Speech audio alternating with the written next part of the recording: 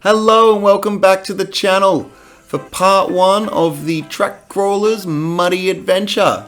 I hope everyone is very well out there. If you liked the video, please hit like and subscribe and let YouTube know what's what.